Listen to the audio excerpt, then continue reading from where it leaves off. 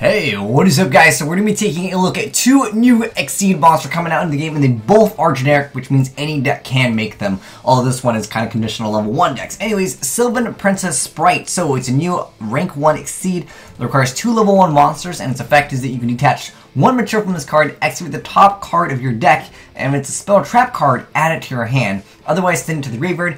You can send one other plant type monster from your hand or face up on your side of the field to the graveyard to target one Sylvan monster in your graveyard and spell summon it. You can only use each effect per effect once per turn. That's a really amazing effect. Most of the Sylvans are like excavate the top thing. If it's a monster, obviously you get pluses.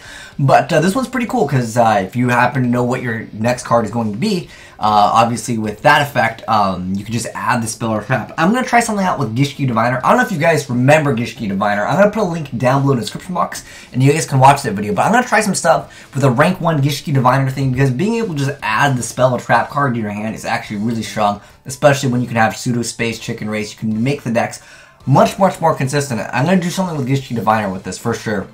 If you guys know how to open up more doors to some crazier plays with it, I'd love to know. But yeah, being able to just be like excavate, find out if it's spell or trap, it's like a +1, although you gotta use 2 cards to make it. But it's 2 level 1 monsters, it's pretty easy to get those out. But yeah, with Gishki Diviner, I'm trying to think of some plays with it. Anyways, the next card is probably going to affect the meta a little bit more, just because if you happen to know your opponent's going to summon something next turn, you're going to be A-OK with the new Traptrix Rafflesia, and this card is just so good. Anyways, it is a generic rank 4 that requires 2 level 4 monsters, and it's only got 300 attack, but it's got massive defense. And in addition to that, the card artwork, I know they're going to ruin it in the TCG. I hope they keep it exactly the same. But anyways, let's go ahead and check out the effects. So anyways, it's unaffected by trap effects while it has XYZ material. Traptrix monsters you control except for herself, Rafflesia, cannot be destroyed by battle or by card effects, and cannot be targeted by an opponent's card effect. Once per turn, during either player's turn when the activation timing of a whole normal trap card in your deck is correct, you can detach one material from this card to send an appropriate whole normal trap card from your deck to the graveyard. Apply this effect as a sent trap card's effect. So that's like a double. Well, I mean, we only have one bottomless here in the TCG, which is the most relevant, like, normal trap whole card. But there are a lot of other things that came out into the game, which some of you guys might not be familiar with. Maybe this is them letting us know we're going to get more support for Traptrix because they were a small engine that people splashed into other decks, but it wasn't a pure engine that people played. It wasn't like a standalone archetype. So I think this is a really good card. I mean, that's basically double of things that you can use. Now, some of these cards we'll talk about haven't seen some play. Other ones we already are familiar with. But let's go ahead and just check out some of the ones that can be correct targets because they're just regular trap hole cards. I actually went through all of them for you. So I basically picked up the ones I thought that were going to be most viable, but if I missed out any, let me know. So first off, we have Traptrix Trap Hole.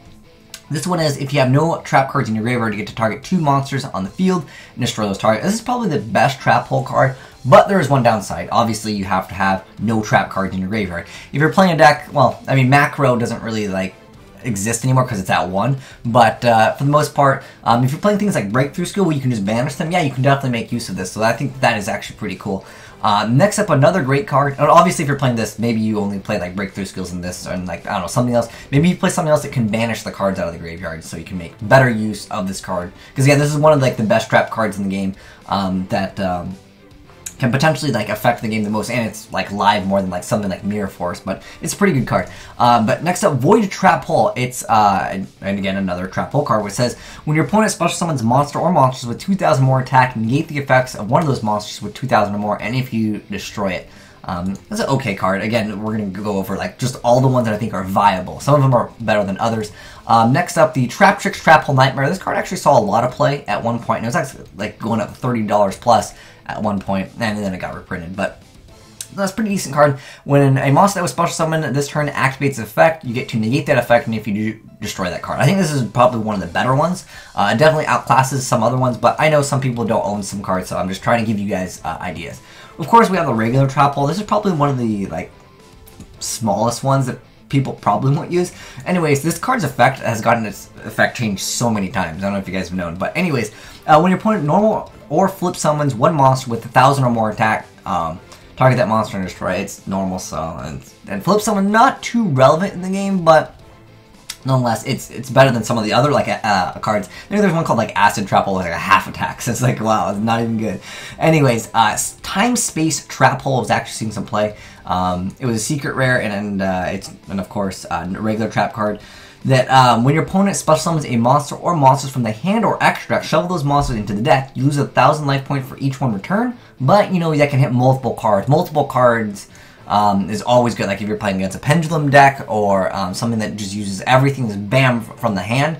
Definitely very, very good card indeed. And obviously going back to the extra deck rather than destroying sometimes can actually be better. Next up, there's Giant Trap Hole, and its effect is that when 2 or more monsters are special summoned at the same time, destroy all monsters on the field. That does include your own, although if we go back to this card over here, it's unaffected by trap effects while it has material, and in addition to that, Traptrix monster you control, except for her, cannot be destroyed by battle or by card effects, or cannot be targeted by an opponent's card effects. So obviously there's really no downside if you're going to try using that card Giant Trap Hole, but I feel like this one's probably not that great, but again, it's better than the other one that we're talking about, and this tactically can get rid of other monsters, so that's kind of cool. Next up, there's Double Trap Hole. This one I think came out pretty recently, but anyways, if your opponent special summons a monster in defense position, banish those monsters that were summoned and currently in defense position. That's like the weirdest wording I've ever seen. But anyways, yeah, whenever they go for like some pendulum play, some players like to go all in defense mode with the Cleaves. Maybe if you happen to have a stronger monster, they happen to do that, and then bam, you get to banish. Banish is obviously, majority of the time, it's better than anything in the game, although some decks, they're like, oh sweet, you banish my cards, you get effects. There's also Deep Dark Trap Hole. I like this card for a while, but there are some decks where this will completely be irrelevant. Its effect is that when a level 5 or higher effect monster is special summoned, banish that level 5 or higher effect monster or monster, so if multiple things are spawned at the same time. Hey, pendulums, right?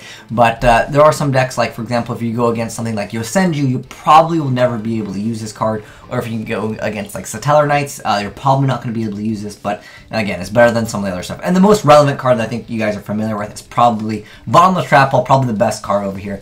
But definitely try out some of the other cards. I'd like to know your thoughts on some of the other ones. Maybe if I missed out on any regular Trap Hole cards that this card could be applied to, let me know in the comment section below. But I love the artwork of this card. I really hope they don't change it in the TCG. But I know for sure probably going to get like less leg action. She's probably going to be wearing something under that, I don't know, that dress. Is that even a dress? Is that a bikini? I don't know. Anyways, Azneyes pervert confirmed.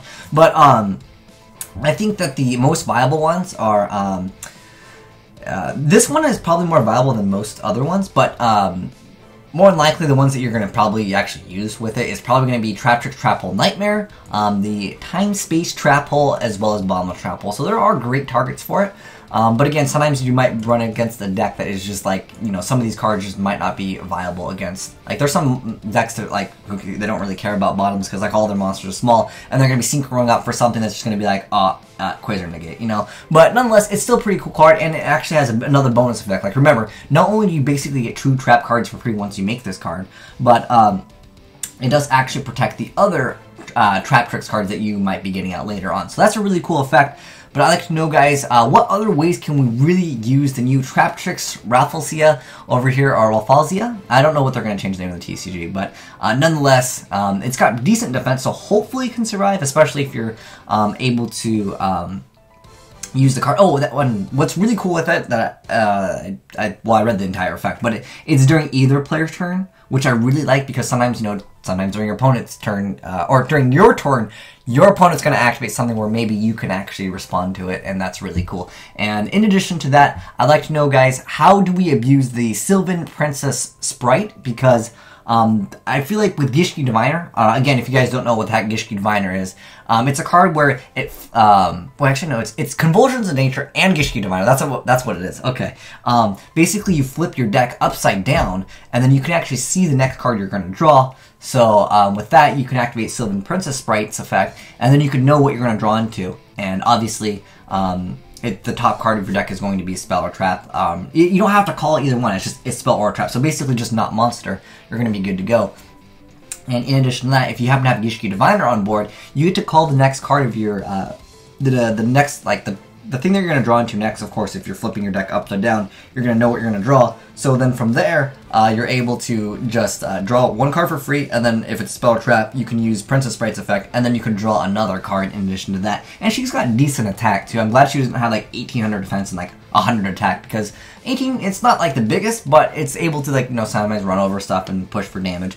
Especially if you have Gishki Diviner. I'm really wondering, like, how can we break this card? I want to really, really use this card because it's got kind of cool artwork, and it can definitely also be used in Sylvan. So, I mean, that was kind of the point of the card, but more than likely, people are going to try to use it in other things because I think it can be kind of good.